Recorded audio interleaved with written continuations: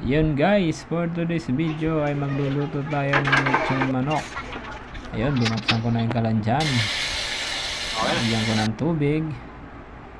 Nilagyan ko ng 2 kutsarang asin.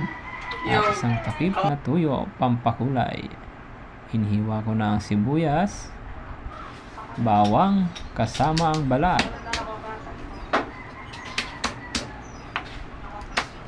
Dinidikdik ko talaga ng maayos. Wala nang hiwa-hiwa yan guys. Dikdik lang. Ayan o. Tapos nilagay ko na sa may kawali. Sinama ko na yung dahon ng paminta, yung laurel. Ayan na guys, kumukulo na. Ang bilis. Ayan, isasalin ko na guys.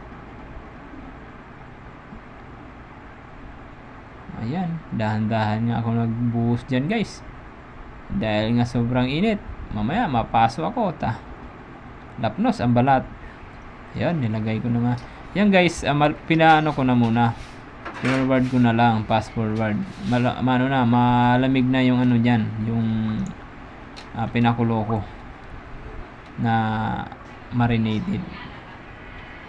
Ayan, lagay ko na nga dyan yung sibuyas, tapos yung bawang kasama balat yan guys.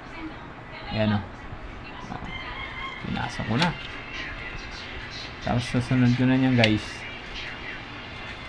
Ayan yung ayan, sali, tawag sa amin tanglad. Ayan, tapos sunod yung dahon sibuyas. Ayan, pasok ko na rin yan guys. Pampalasa kasi yan guys. Yan. Yan guys, wala talaga akong panali. Yan. Tali ko sana yung paa. Nilagay ko na sana yan. Pasok ko na sa air fryer. Ayan na. Ayan, siniset ko na dyan yung Ayan. Ayan, nahihirapan pa. 15 minutes, tapos 180 degrees Celsius guys.